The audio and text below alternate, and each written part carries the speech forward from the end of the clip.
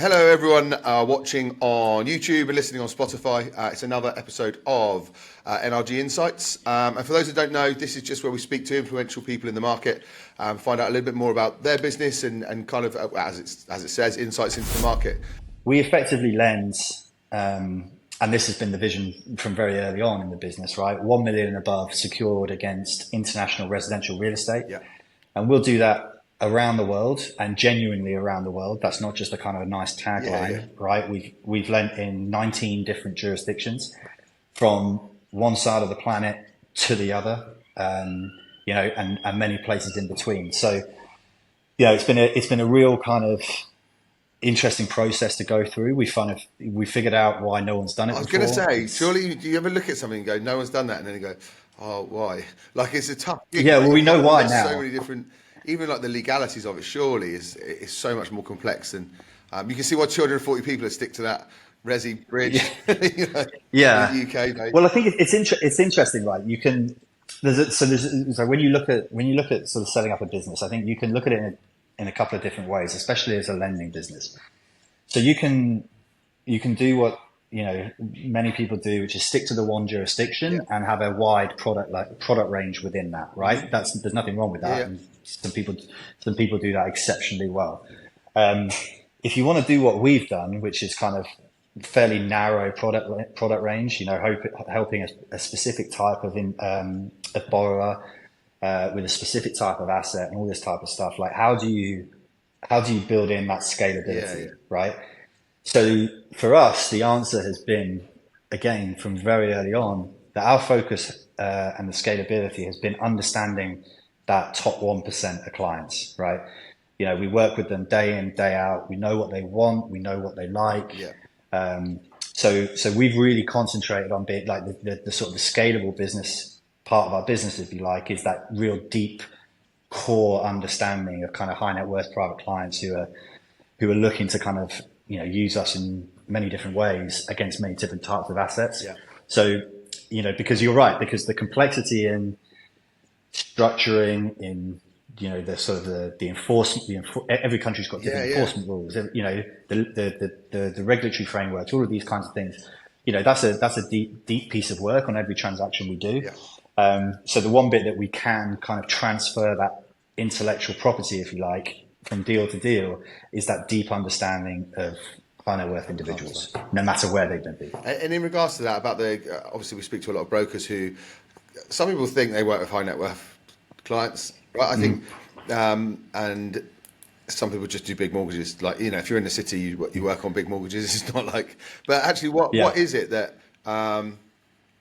helps you kind of maintain that high net worth client demographic? So I think firstly, no high net worth client under the bonnet is the same, right? They're all incredibly different. Yeah. But knowing the questions to ask them, right? Knowing how they like to be communicated with, right, is critical. These guys are successful people. They're sophisticated. They tend to have advisors around them. They don't particularly like spending money, right? There's a common theme, right? There's a common theme through all of these guys. So, we like to interact with them in a particular way. So the thing that we talk about regularly is that we offer a kind of concierge service, right? Yeah. It's a high touch, high value service. So if you come to us and you want to get a deal done in 4 weeks in a particular jurisdiction, you sort of sign up with us and you get us 24 hours a day and we're available to you and we'll get that deal done. Yeah. So it's that real, we sort of going the extra mile. We don't have like we're not doing like 2, 3, 4, 5 deals a day, right? Yeah. We're sort of, there's no real massive engine at the core of 10 in that sense. Mm-hmm. There's a kind of a very specific, dedicated approach to high value transactions. Yeah. So I think it's that being able to talk to them in a particular way, give them the service that they need, and then at the end of it, deliver. Yeah. Right. Yeah. Get the outcome. And do you think that's the same across? Yeah. It doesn't matter however you're servicing those clients. That's the same across the board, right? Whether you're a mortgage broker doing a £5 million resi mortgage, it's still the same, right? It's just about how you treat the customer and how they want to be treated. It is hard, and I do come from a I'm fresh out of Essex. I'm not one of these, silver spoon surveyors out there. I do look at things a bit more I saw the logically. savils on your And dartboard earlier on the. oh yeah, no, fuck them. No, I don't mean that.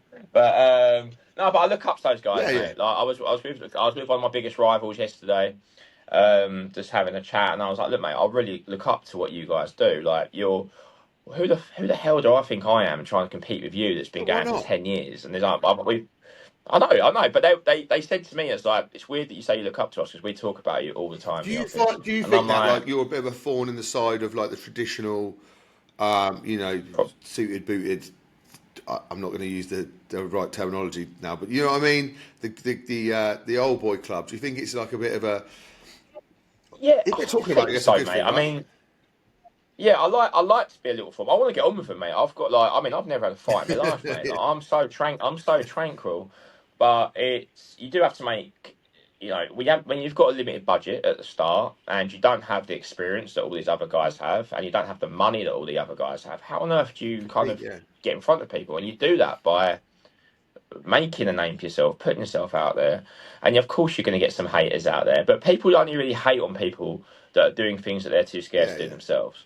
And I think that's what I found. Like I never get any secure guys coming up to me I and was going to say, do you slagging ever me get off or any anything like like that. super successful people that come up and go, "Oh, I think what you're doing is shit." Like, I don't think it happens No, because they're too no, busy being successful. no.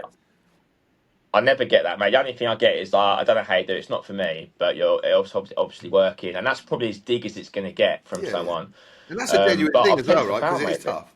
I think people think it's natural. I don't know how we'll talk about this, but it is hard to put yourself out there because you put yourself out to be shot down. You know, that's the Oh, 100%, mate. I mean, I'm an insecure little chap, mate. Like, I'm like, he goes to the gym, tattoos, like the stereotypical, like, yeah, insecure yeah, geezer, yeah. right? But I like the validation, so I don't mind putting myself out Yep. there so much. But when you do get a comment, like, I'll often get comments about, because I do have tattoos and stuff, and I don't, people shouldn't judge you for that. But there'll be people like, oh, his image, though, it's not really what we want. And we had that from a pension fund Really. once. And I was like, and then we ended up working for him 2 years later.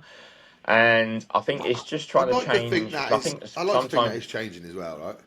That I hope so, mate. I do. I think my biggest insecurity is sometimes my accent. Like, I think people will just assume that you're thick because you're from Essex. Like, where I think I was Nick from Glenhawk. I was talking to him yesterday about it, and like we just because we don't sound like everyone else doesn't mean we're less no, no. smart. And Like, again, I think that is changing as well. I think you see it less and less, hopefully. But we work.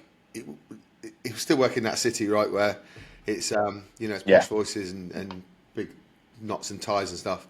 So, but again, I do hear it changing. People understand now, right? That it's not about the school you went to. Oh, 100%. I mean, I don't mind sitting on a table. I've got a lot of mates, mate, pinky ring guys. Like, if I need to, I'm more than happy to Yeah, be yeah. in that We world. I, adapt. I Yeah. like that world. I've got a good posh voice. I can put it on. You But have not got a posh voice. I think they like You it. haven't got. And I can. It's Is my phone voice. I'm it? like, oh, hi, it's Colin here. How can I help? Good to see you. And but I like to think they go home and like tell their mates. They're like, oh, I met a poor boy today. He's from You know what? Essex. So he's very I always sweet. think my voice is quite. I always put it on. I always think it's quite posh. And then someone said to me the other day, he picked up the phone and he goes, "Hello, mate." Like I'm a Cockney Barrow boy. He was taking the piss at me. I was like, "That's my best voice." I think what it is that's going to separate the advisors that do continue to do things properly and those that don't. And this is kind of where I'm coming from with the protection coaches. What I try and teach in the protection coach is sustainable practices.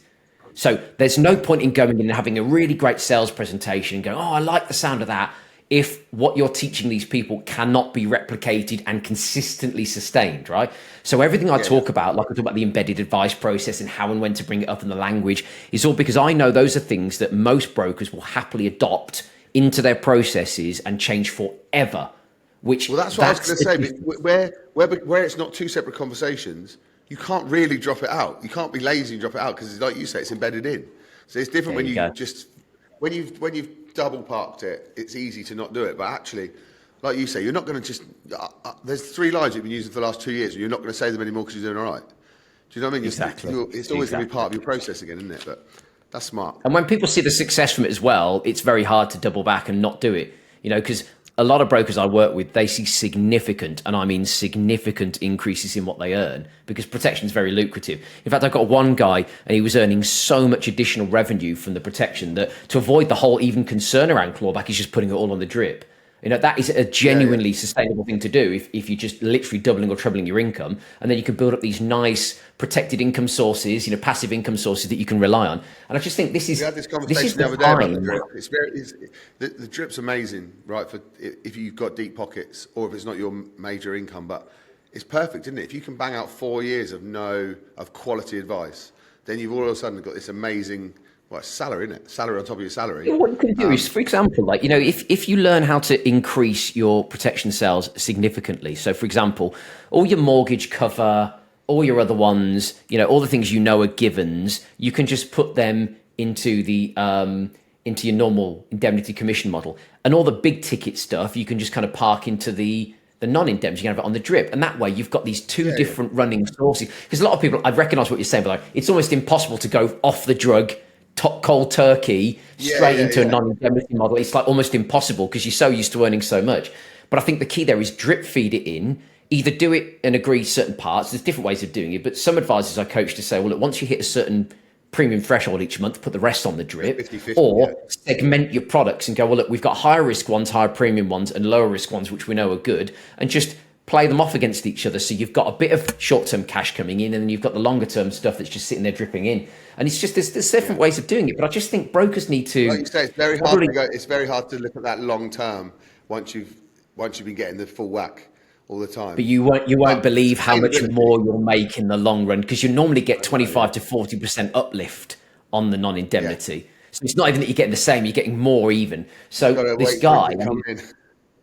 We looked at what he will get, and yes, okay, I appreciate the first year and second year are a bit like, okay, you could be making significantly more in the short term, but you look at year 3 and 4, and by year 4, you know, you're looking at significant amounts of money every month to the point where the guy wouldn't need to work again. Yeah, absolutely. It builds and builds. It's constant. And I'm now a firm believer that if you're not embracing AI and emerging tech, you'll die. And actually, that's probably what 2025 looks like for people who can't get their processes, their speed, their accuracy right, by contributing more to the industry that they're working in. And that will ordinarily probably come from a technology point of view. And that's where we're, you know, focusing heavily at the minute. Something that will be, it's live and it's a soft launch certainly, but will be established when this goes out, is our new specialist finance and insurance comparison site and deal analyzer called Mogul. So mogulsearch.com is our new platform that has just launched. That's in October of 2024. So how long in the works? Probably about a year ago to the day I came up with the name, got the trademark through and all that. That's why you keep going off the bloody podcast. It's taken so long. I know it has, hasn't it? But it's taken us so long to come up with the ideas and the solution and the tech. And to not only build a piece of tech, it's not like we're just throwing money at something and just hoping that it works. We've built a piece of tech that it's needed 12 months of feedback from our direct to client relationships and our B2B partnerships, that there's actually a gap there and there's value that we can add. And it, you know, in short, it is the transparency that property investors, business owners, entrepreneurs, you know, what they want now from a broker is quite different to what they wanted in the past. You know, you go. Well, I was going to say, it's not tech for tech's sake, right? You're actually you're listening to these people and saying, "This is what we need." How much money it's costed, mate? Is if it was tech for tech's sake, we'd have stopped this a long time ago. You know, that's absolutely the case. But this is to provide. Yeah, look, the end result is that there's more work into the brokerage to, you know, build a greater business and a greater set of careers that we can bring people in and support the growth of where the DNA group and is a group now, or it will be a group very shortly, where our group is going. And yeah, that Mogul platform is a hugely exciting thing that we've worked on. All the content side of it will be driven by Johnny, the Money Mogul. So you'll know if you want one of his webinars, he's got all the branding, he's got the name. So Johnny is our Money Mogul. Again, myself leading the business from the CEO point of view is where I'm going, and then Drew and Adam in the same role from the brokerage side is leading on the sales and it's leading on the operational side, because they go hand in hand really. It's been great. And if I took you through the different avenues, the different projects, the different ventures, the ideas of where our software company has gone, it's gone left, right for nearly 4 years now. But this has ultimately been the project. I mean, the main mission was you knew something needed to be done, right? You know you need to embrace tech. You understand the fact that the old ways are old. I want to kind of reiterate this as well, because we had talked about this with lots of people recently about AI and embracing it, because we've done the same thing, but it's just to kind of clarify, it's not taking our jobs. It's taking away the bits we don't need to do so we can concentrate on the bits that we're really good at. Our money-making side of things is our relationship building, right? Is our going out, shaking hands, seeing people, being engaged with your customers. But AI is managing to take the other bits away that we don't need to do. Yeah. So it's giving me more money-making time is the best way to kind of describe it. But people are fearful of it in the business. At the minute, we've got the 3 software developers in our tech company. We've got an IT manager in the brokerage as well, and myself project managing that side of the software development and now our AI implementation. My first question to anybody in the business is when we look at a project and try and find a streamlined, tech-driven, emerging technology AI solution to something is, what is the job that you do most often, takes up the most time, and that you hate? And give me the challenge of making it easier. And thank you everyone listening on Spotify, watching on YouTube. It's been another episode of NRG Insights.